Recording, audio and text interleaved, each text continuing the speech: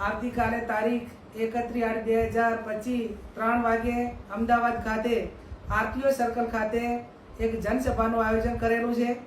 આ રેલીનું નામ એ એક વોટ અધિકાર રેલી અને એમાં ગુજરાત પ્રદેશ કોંગ્રેસ સમિતિના તમામ આગેવાનો ઉપસ્થિત રહેવાના છે। સમગ્ર ગુજરાતમાંથી કોંગ્રેસના કાર્યકરો હાજર રહેવાના છે। આપ સૌ જાણો છો એ રીતે સમગ્ર દેશમાં કોંગ્રેસ પાર્ટીએ ચાહે બિહાર હોય, લોકસભાનું સત્ર હોય, આમાં એક જનતાનો અવાજ બનીને જે મતાધિકાર છીનવવાનું કામ એ ભારતીય જનતા પાર્ટી કરી રહ્યું છે। એના જનજાગૃતિના ભાગરૂપે સમગ્ર દેશની અંદર મશાલ રેલી હોય, ધરણા હોય અને આ જન આક્રોશ રેલીનું પણ આયોજન, ધરણાનો પ્રોગ્રામ આવતીકાલે રાખેલો છે।